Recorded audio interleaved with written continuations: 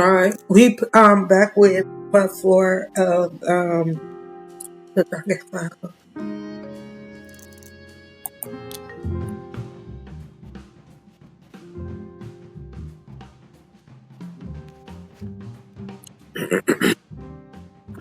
Okay, I forgot what we had to do.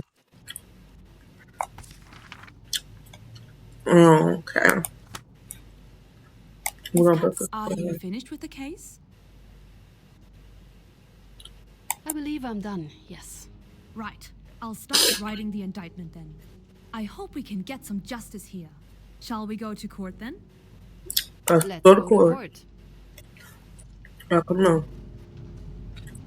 Let's go. H. Run share messaging.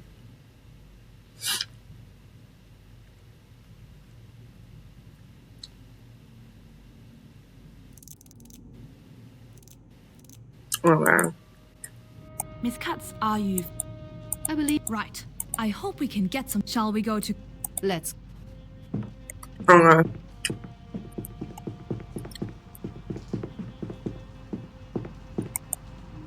It's time. I'm going.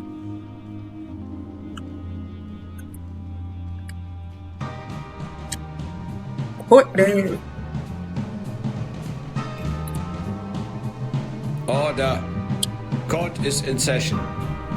In the case of the German people against members of NSDAP local group Munich, the defendants stand accused of the murder of Hans Naumann. Judge Ernst Braun presiding, with Counsel Esther Katz speaking for the prosecution. Counsel Rudolf Scham representing the defendants Kiebitz and Faltmann.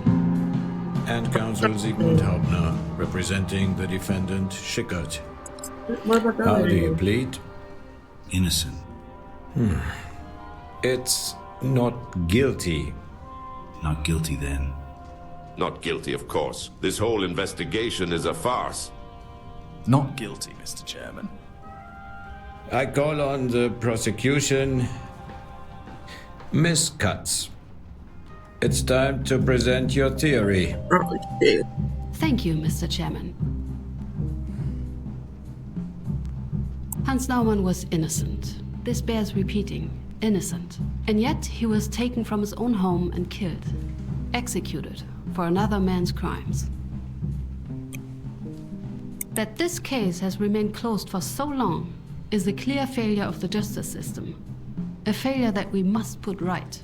Mr. Chairman, on April 28th, Hans Naumann was shot dead. Taken from his house under false pretenses, he was brought to the temporary location of the district office. He was locked in a brewery cellar, a damp storage room adapted into a makeshift cell. That's where, shortly later, he would be killed. His execution was ordered by Herbert Schwarz, the district leader for the city of Munich. As the senior member of the NSDAP involved in the crime, he bears the main responsibility for Mr. Naumann's death. Mr. Schwarz is unfortunately deceased and as such cannot be tried. This does not, however, absolve his subordinates of their culpability. Thank you, Miss Katz. Does the defense have anything to add? No, Mr. Chairman. We agree with the version presented by the prosecution. See, it was all Schwarz. That's right, we were just following his orders. Oh, wow. Silence. Right. Mr. Scham, please remind your defendants of the appropriate behavior in court.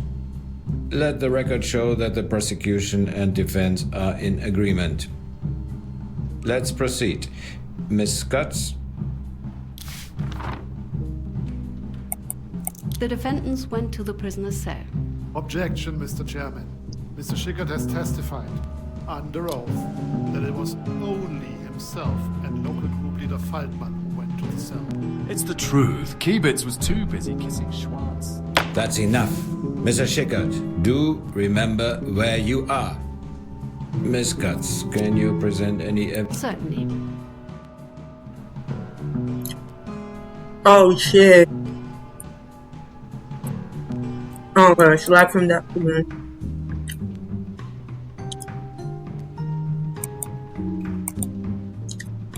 Okay. Conclusion. Okay, here we go.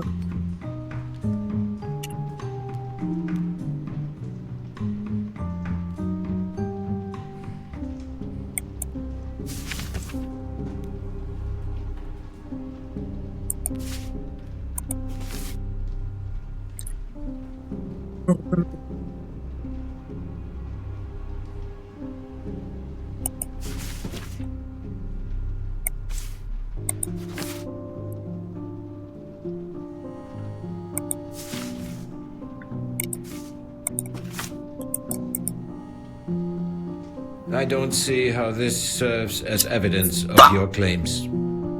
Objection sustained. Let the record show that the prosecution's allegations are deemed not proven. Please continue, Miss Katz. Oh, fuck. Having seen the victim, Mr. Schickert began to question the order. As we learned from the testimonies, Mr. Norman's age and physical frailty were evident. How could this be the man? How could he be guilty? The defendants had arrested him for tearing down a flag from its flagpole and beating up an officer. A tall flagpole, a young officer. Mr. Schickert concluded the man to be innocent. He refused to shoot. Objection, Mr. Chairman. As both Mr. Kiebitz and Mr. Faltman testified, the one to question the order was Mr. Faltman. He had doubted its validity and attempted to stop the execution. Regretfully, he was unsuccessful. Miss Katz, if you have any proof... Gladly, Mr. Chairman. We finna lose this case, ain't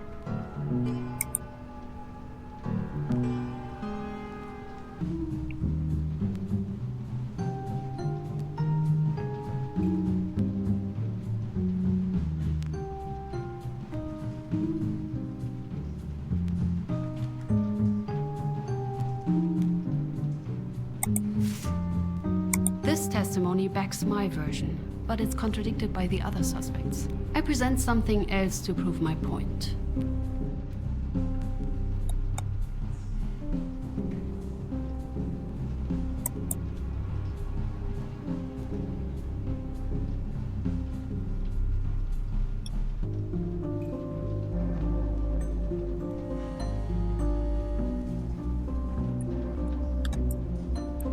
That's the only one. I'm not sure I follow... Ah, fuck.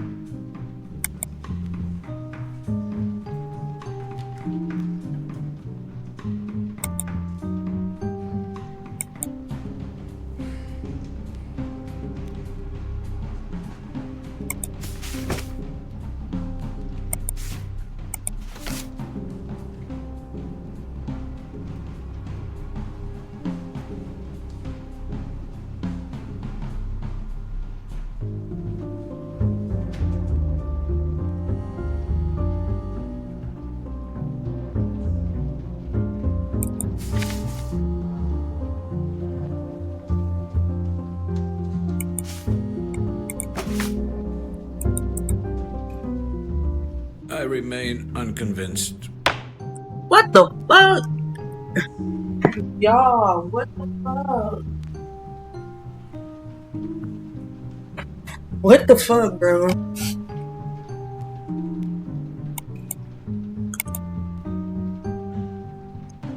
Y'all. Objection sustained. Let the record show that the prosecution's claims were refuted. Miss Katz, if you would.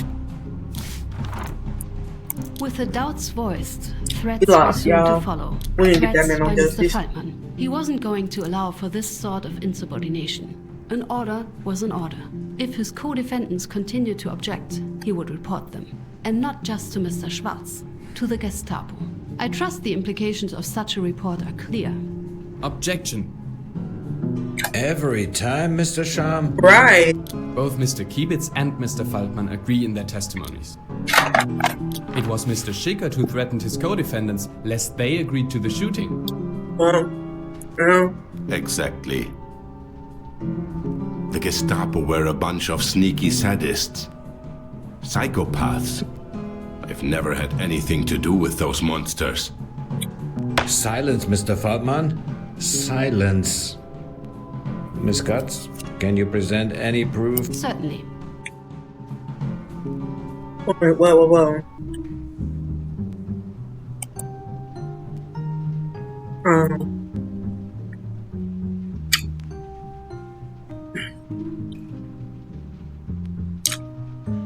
Yeah. Okay.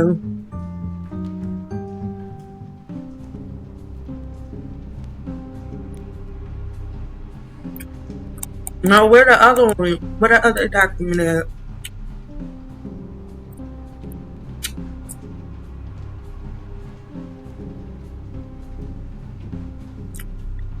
No, the other one.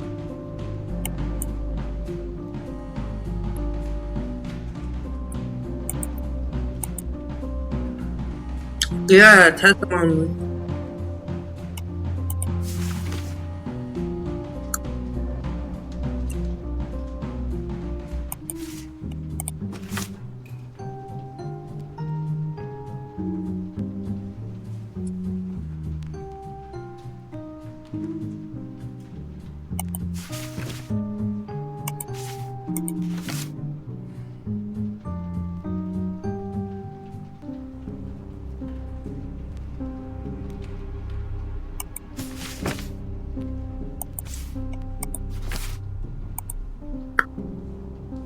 I'm not sure I follow your reasoning here. Is there anything else you can provide? What the fuck? How? Oh my gosh, y'all. Bro.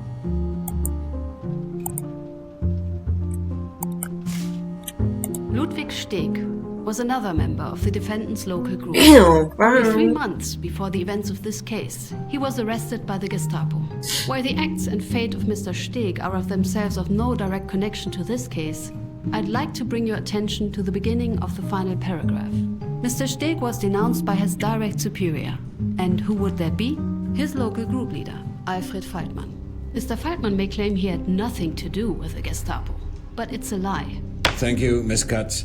Objection overruled. Miss Katz, proceed to your next point.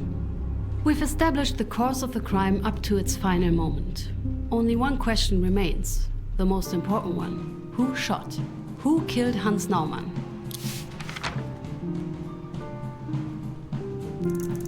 Defendant Hermann Kiebitz. He might have followed orders. He might or might not have resisted. He might have been coerced. But in the end, the truth remains the same. Hermann Kiebitz shot and killed the victim. Objection. Once again. Yes, Mr. Sham. There are 2 witnesses who agree that Mr. Schickert was the one to shoot the victim. Oh no. Why should we believe that they were lying? Miss Katz, if you would, I will Certainly, Mr. Chairman.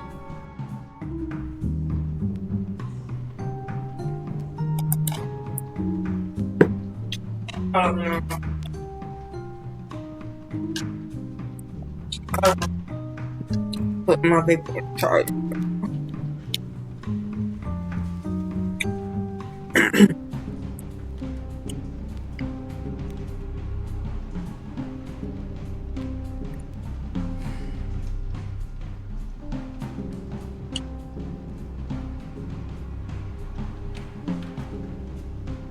The suspect.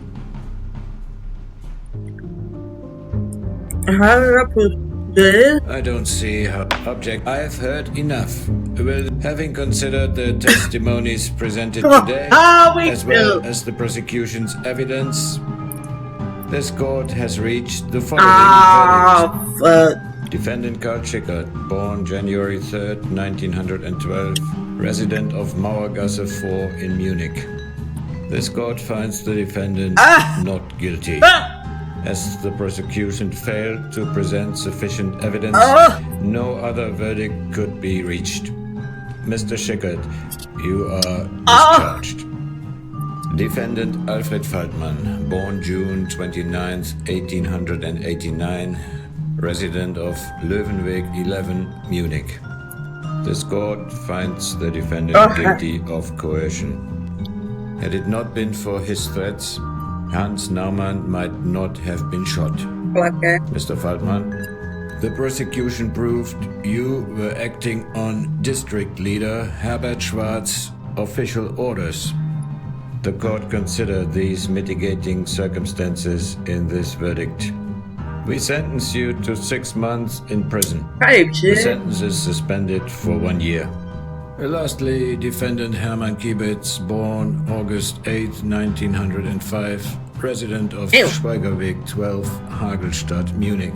As no proof of his involvement in the crime has been shown, I can't believe this court pronounces the can't believe defendant Jesus. free of all charges. Mr. Kiebitz, you are discharged. We got one With to go. that, the cost of the trial will be covered by the state. Court adjourned. Damn.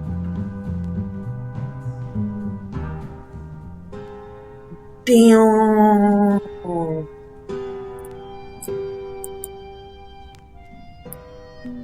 Damn.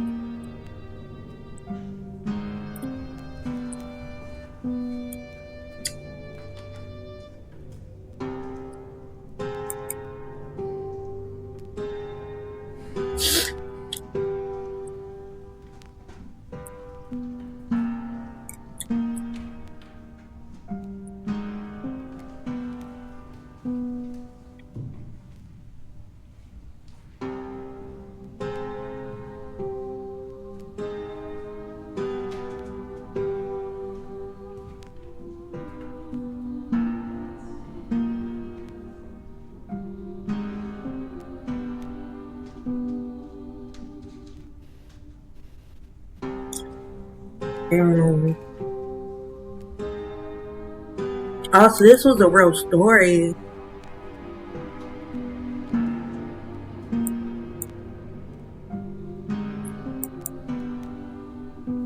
The Naumann case. It could seem so I don't think it was on a true story. forgettable. One might almost say insignificant. Yo, What is another he execution? was cooked.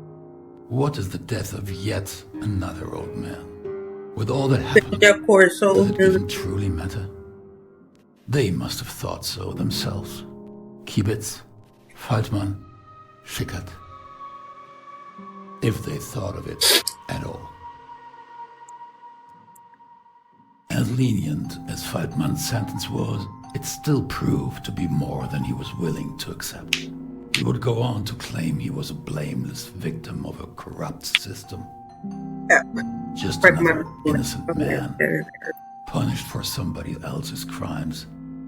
The irony of it, sadly, seemed to be lost on him. With his part in Naumann's death unproven, Schickert got to walk away. To go back home as usual. Kiss his wife, tuck in his son, read him a bedtime story, one where everything ends well. Alright, as not if the road nothing either. had happened. Not the road either. As if he was a good man. Can a man like Kiebitz truly be called innocent? In the eyes of the law, of course. And this is based on a If we true consider story. just this specific case, then yes, Hermann Kiebitz is innocent. For he did nothing. Yet sometimes doing nothing might just be enough. Had he acted, had he done something, Hans Naumann could still be alive. Had any of them, for that matter. Instead, they chose to follow orders. Just follow orders. Everybody just followed orders. One could expect Miss Naumann to be furious with the verdict. But I don't think she had the strength for it anymore. She had spent it all over those 11 years. Wasted it, only for justice to fail her once more. For it failed. My bad. We failed her. My bad. And as for our miscuts, I'm our sorry. work is not easy. More importantly, it is not welcome. Damn, I gotta get fired? Not welcome. But that's a story for another day. Part 2.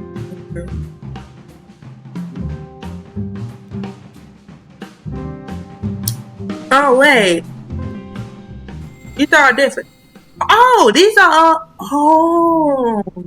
Wait a minute. Let me find out these are just more than one cases in this game. And this one is just part 2, and this one is called the...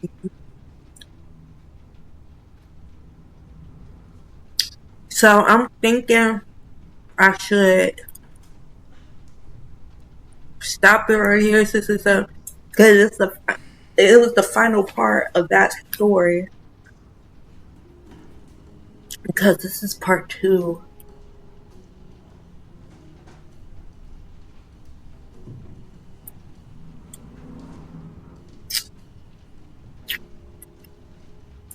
Yeah.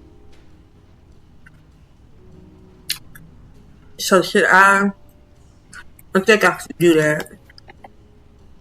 Nah. We just gonna do it. We just gonna go. Okay, so The Righteous Man, April 4th, 1957. Esther, come on!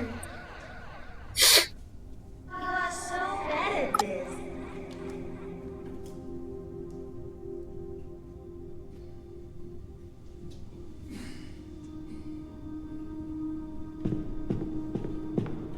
You have to count loudly. I know.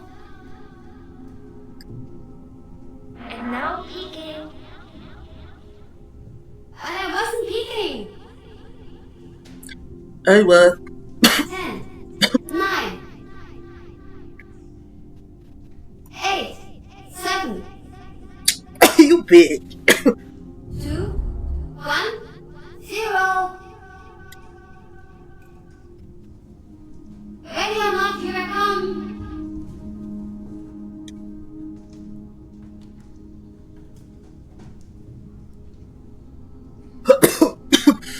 Oh shit. My fault. So this is her in the past.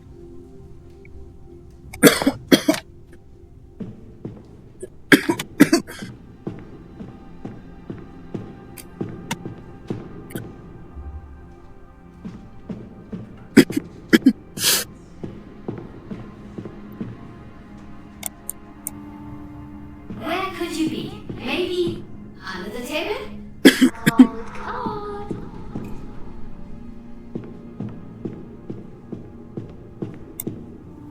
How about in the wardrobe? Even colder.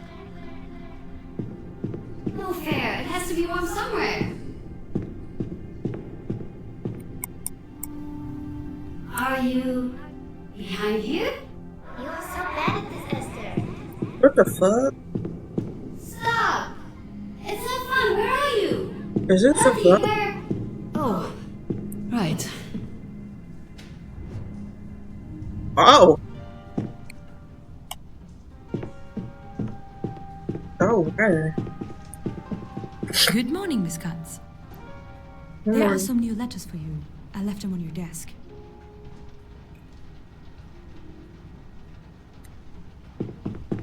Let's see if I can talk Miss to her. Katz, Thank you, Paula.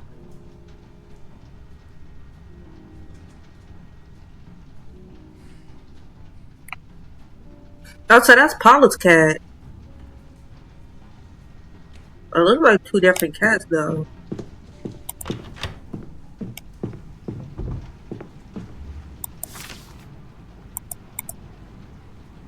That's the one that I know. But it feels so stronger. I'm right next to him. Waiting for your father. It's the first moment I had to catch my sister. We're going to the theater tonight. That's for his he can't find his necktie. This man would be lost without us, wouldn't he? New York has a beauty to it that the pictures can't translate. You can just feel the hopes and dreams of people. That's not the light, Frank Ford. Unfortunately, you can smell. Not to even mention the unspeakable state of the trash in the streets. It's a magical place, and we barely started. It is such pity you couldn't get the time to join us. You more than deserve it. The stellar work done with the insertion of your reviewer.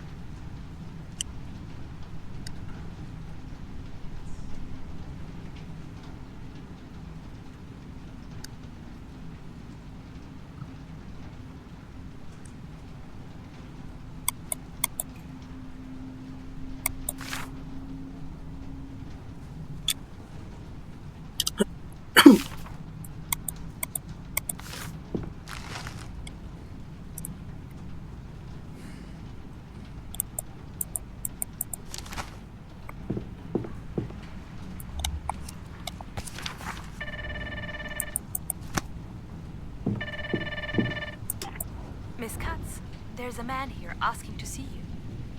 Walter Hentz? Oh? I don't think he has an appointment. Did he say what he wants from me? He says he has a case about one Miss sorry, one moment. He wants to talk to you about one Anna Kazmirek. I wonder what's that about. I'll be with him shortly in the conference room.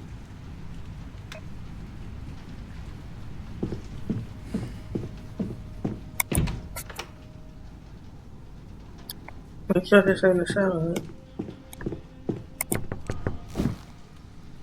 Good morning. I've been told you wanted to see me. Mr. Hentz, was it? Walter Hentz, a pleasure. Oh. You're the one from the old man, right? What the fuck? Why you sound like that? What the hell? The rebel with the flag? What the hell? Hans Naumann. And he was not the rebel. That was the entire Is this the only case you have ever solved?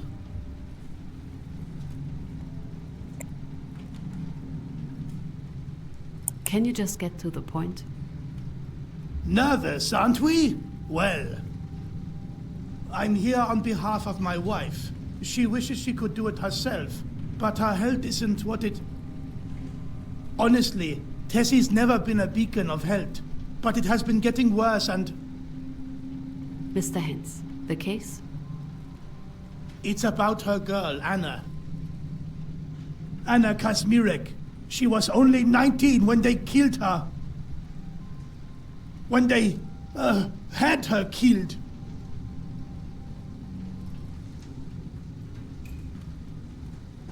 Your wife's daughter? So what's your relation to her? She wasn't mine, if that's what you're asking. I didn't come into the picture until after she was gone. Not in that way, at least. I knew her since she was a kid, cared for her. She grew up around my pub and then worked for me for a while. She wasn't my blood, but she was family.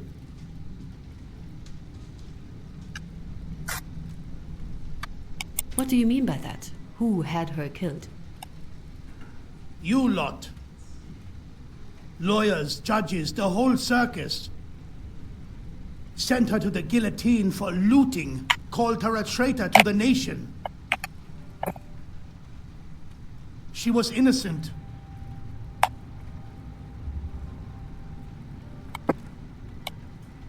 You'll have to explain that. That's why I'm here. Do you remember the bombing of Brunswick in '44?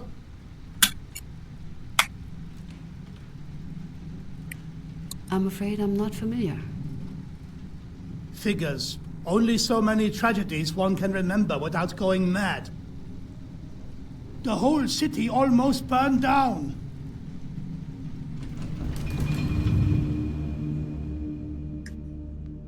I doubt any words could ever give it justice.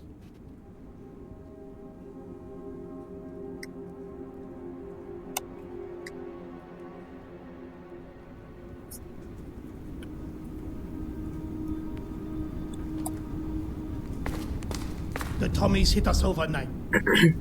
They lit the whole city like a Christmas tree when they started the firestorm.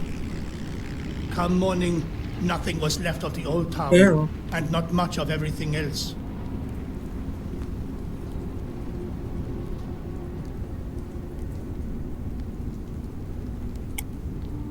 Christmas tree? That's a peculiar analogy. Not really. It's how we called their markers. They drop flares of various colors, lighting up the panorama like, well, a Christmas tree. A firestorm? That's what it's called. Have you ever seen a pillar of flame rising to the sky, Miss Katz? Not a sight I'd wish on anybody.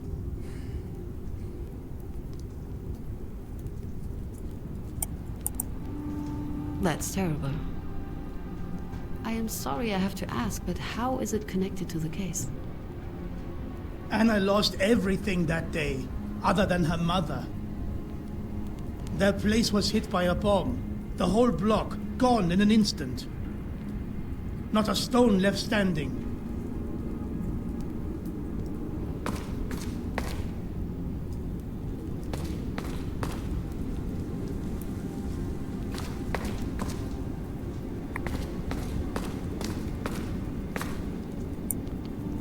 Her mother? You mentioned she's your wife? Yes, Tessie, Teresa Hens. She was born out east, a small village in, would be Masovia Did that now, just pop up? Or Poland. was that right there? Came to Brunswick with her husband after the First War. Had Anna on the way, in a train car. She had always been delicate, both in her body and, well, you know, mind. Again, she sends her apologies for not being here herself. Tell me about Anna. She was a good kid, no matter what they say. Mixed parentage from her mother's side, Prussian-Polish family. It earned her more than a few side eyes. Anna had to work hard for it. Someone had to look after the family. I'm still on. But she was a young girl. She wanted to have fun when she could. When did you and Teresa marry? A few months after the execution. It wasn't love, just the right thing to do. With Anna gone, she had no one to take care of her, and she was in no position to provide for herself. I was doing well with my pub, so I offered to help. It's not the most romantic of stories.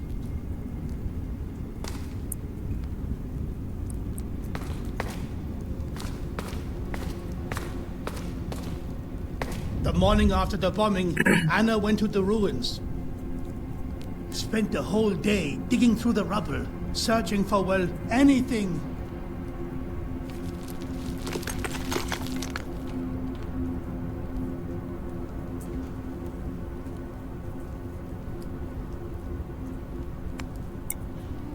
You mean the ruins of the house? Yes, an older tenement house for some of the lower classes. Not the first place they lost. Believe it or not, it was actually their third home destroyed by the bombings.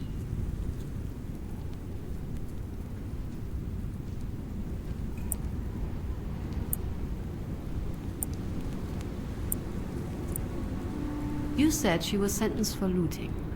I'm sorry, but I have to ask. Did she loot? They consider that one. No. She had found a few things, but everything belonged to her or her mother. Anna was no thief.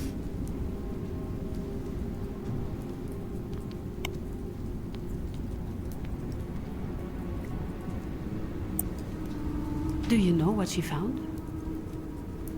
I know of a few things. Her mother's scarf and coat, fur, a pair of boots, and a crucifix from back east. Then some knickknacks, a family photo, a few pieces from her mother's cutlery set, clothes probably. All in all, barely enough to fill a bag or two, and a suitcase supposedly.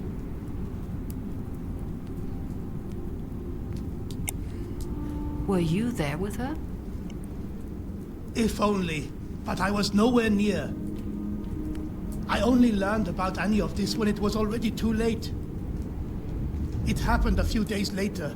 I was at my place when Heidi came, begging for help. Were you affected by the bombing? No, I had a small apartment above my pub. Luckily, it was out of the way, so the Tommies didn't target that area.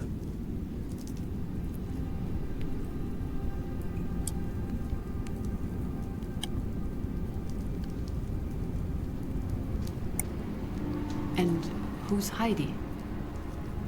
Grunewald. Heidi Grunewald. A close friend of Anna. Both of them had been assigned to the same emergency shelter.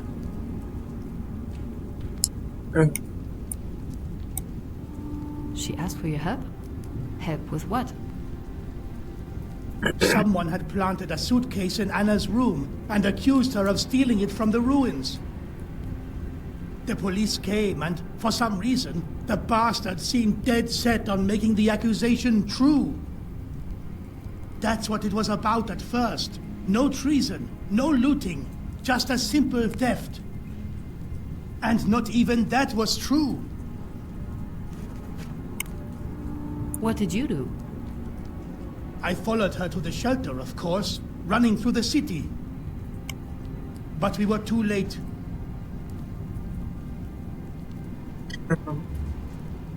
I'm not sure. I know something. Alright. Alright. The bastards must have grown tired of Anna denying their accusations, decided to make her confess. They beat it out of her. By the time we arrived, they were long gone, leaving the kids. It was bad.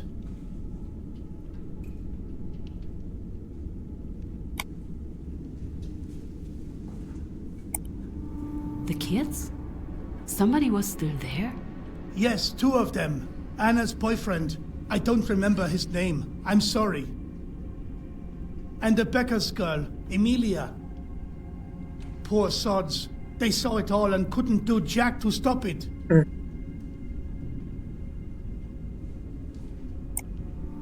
What can you tell me about Anna's boyfriend? They had dated for a while. Can't say how long. I've seen him around, but I can't say I remember much. Military sort, I think. Heidi would know more. You'll have to ask her. Emilia Becker. Who was she? Her family was also placed in that shelter. Shop owners. Local girls, stuck up. They knew each other with Anna and Heidi. I don't think they got on too well.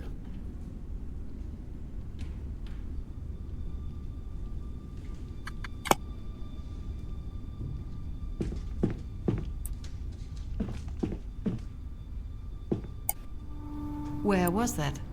Can't give you the address. It was a temporary emergency shelter, one of many. A once upper-end flat, run down and filled with as many people who lost their homes to the bombing as they could squish. Cramped, but a roof over their head.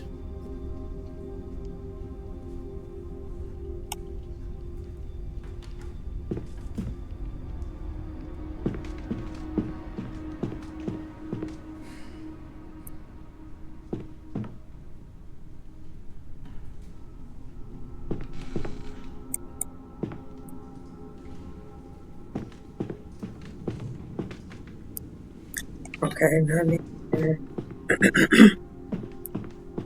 Not here. I kept it together as much as I could. Tried talking to them, get them to tell me what happened. Wasn't an easy job.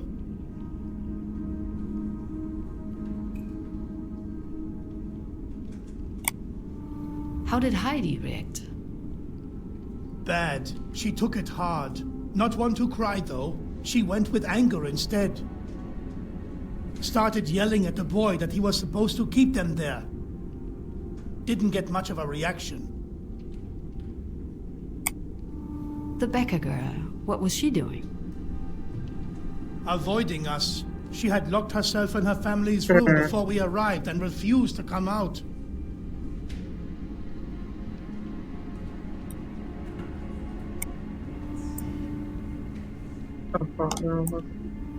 The boyfriend, what did he do? He was curled up in a corner, sobbing, a sad sight. Wouldn't calm down. For a long while, he didn't even respond to anything we said.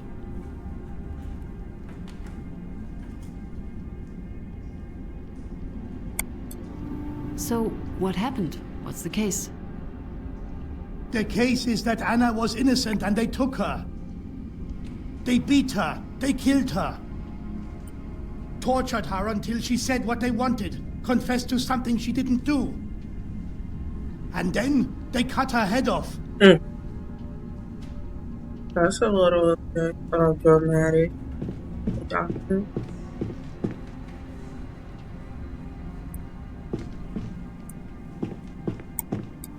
Can you tell me something more about this Heidi Grunewald?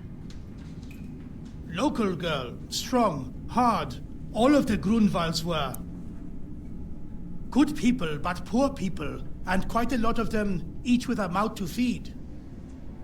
Heidi was yay big the first time they pulled her. Gave the rascal her first night in a cell, pickpocketing. Gave her a job right after that, to keep her off the street. Gave one to Anna soon after. They were already friends.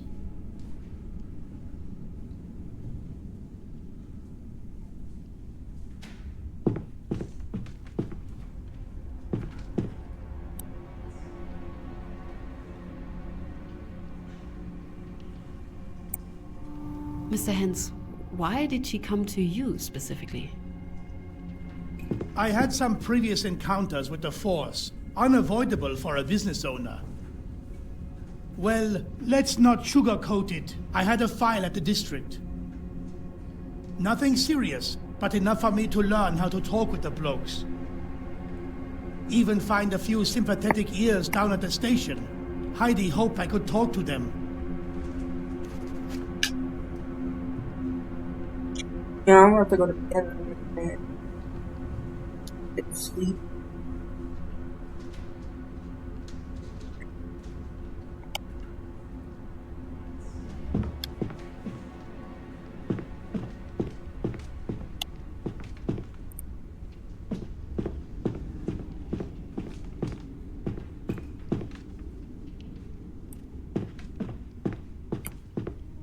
The next day, they put her on trial. A sham. Nobody was allowed to testify. There was no proof. Her lawyer just sat there, silent. And they changed the accusation, made it a case of looting instead of theft.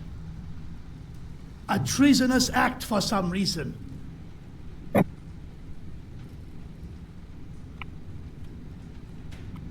Why did they change the accusation? Huh, to hell if I know. Maybe they wanted a show. Or the policeman wanted a promotion and made it out to be a bigger crime. Or whoever made up the whole story of her crime decided it needed more flair. And that's why they gave her interview the death him. We're gonna sentence? pack it up. Yes, some law allowed them to do it because they made her a so-called folk pest, a traitor. I tried to learn more on what really happened there, why it happened. But as a civilian, they wouldn't give me much. All I have is here. This and my wife. Once she feels better, she wants to testify. Your wife's testimony? What could she tell us? Was she present at the arrest? No, but they used her against Anna. A few days after the trial, they came demanding she denounce her own daughter. Threatened her with complicity, promised lenience if she cooperated. They fed her word for word the lies, the calumnies to write and sign about her own daughter, about that damn suitcase. She can tell you the truth. She wants to tell you the truth. She's adamant she can prove there was no crime in the first place. Mr. Hens, I'm terribly sorry, but while this story is awful, I am a prosecutor. It is not for me to prove people's innocence. On the contrary, I accuse them. But you should accuse them, Miss Katz. All of them. Every single one of the bastards. The bastard who planted a damn suitcase in her room and called the cops, knowing full well it would get her killed. The policeman who tortured her until she said what they wanted to hear. Her lawyer, her judge, especially the judge. Very well. I'll take it up to Mr. Bauer and talk to him about opening a case. Thank you, Miss Katz. Thank you. I leave our number with your secretary. We'll keep in touch regarding Tessie's health. Arrange a time for her to appear. But I can't make any promises yet. I know. Still, thank you for giving it a chance. The case might be for us after all. I'd better talk to Mr. Bauer. Alright, y'all. So, I'm going to wrap up this part right here. So, thank you for watching, and see you in the next one.